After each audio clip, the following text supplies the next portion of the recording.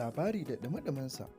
Gwamnatin tarayya ta shiga taro da kungiyar kwadago kan batun cire tallafin man fetur. Ku biyo mu don jin yadda wannan zama ya kasance tsakanin gwamnatin tarayya da kungiyar kwadago akan wannan batu na cire tallafin man fetur. Idan wannan ne zuwanka na farko wannan tasha, kar ka manta tashar Gaskiya 24 tasha ce da take kawo sahihun labarai. Ka daure ka danna mana subscribe da alamar ƙararrawa domin a duk lokacin da muka ɗora sabon shiri ya iso gare ka. Ga cikakkun labaran. Kamar yadda kafar sadarwa ta Legit Najeriya Hausa ta rahoto, gwamnatin tarayya ta shiga zama da ƙungiyar ma'aikata ta ƙasa kan cire tallafin mai da aka yi a ƙasar nan. Zaman, wanda shine na biyu bayan ɓangarorin sun zauna a satin da ya gabata kan batun cire tallafin man fetur ɗin. A zaman na yau, ƙungiyar kwadago ta ƙasa NLC, wacce ta yi barazanar shiga yajin aiki, ba ta halarce shi ba. Wakilan gwamnatin tarayya za su yi zama da wakilan ƙungiyar ma'aikata ta ƙasa TUC a jiya Lahadi a fadar shugaban ƙasa kan batun cire tallafin man fetur. Rahoton jaridar The Cable ya tabbatar taron nasu na zuwa ne kwanaki 5 bayan zaman da aka yi tsakanin ɓangarorin biyu. An tashi baran-baran.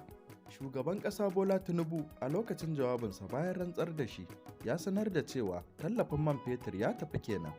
Wannan furuci da shugaban ƙasar ya yi ya sa an samu dogayen layuka a gidajen mai, inda nan da nan fetur ɗin ya yi tashin goron zabi. A lokacin wancan zaman, shugaban ƙungiyar kwadago ta ƙasa NLC Joy Ajoro da takwaransa na ƙungiyar ma'aikata TUC sun bayyana cewa dole ne gwamnati ta koma kan wancan tsohon farashin na baya ko su tsunduma yajin aiki a ranar Laraba. A zaman na jiya Lahadi, wanda aka fara da misalin karfe 5 na yamma, ƙungiyar kwadago ba ta samu halartar zaman ba.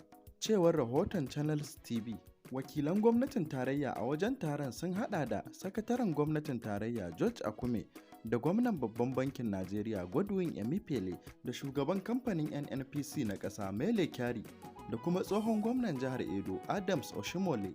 Sauran sun hada da babban sakataren National Sugar Development Council NSDC Zach Adedeji da mataimakin shugaban NNPCL Yemi Adetunji da tsohon kwamishinan watsa labarai na jihar Lagos Dele Alake James Falake da sauransu. A ɓangaren TUC akwai wakilai guda 7 ƙarƙashin jagorancin shugaban ƙungiyar Festus Osipo. Ƙarshen rahoton kenan. Idan wannan shine zuwanka na farko wannan tasha, kar ka manta tashar Gaskiya 24 tasha ce da take kawo sahihun labarai. Ka daure ka danna mana subscribe da alamar ƙararrawa domin a duk lokacin da muka ɗora sabon shiri ya iso gare ka.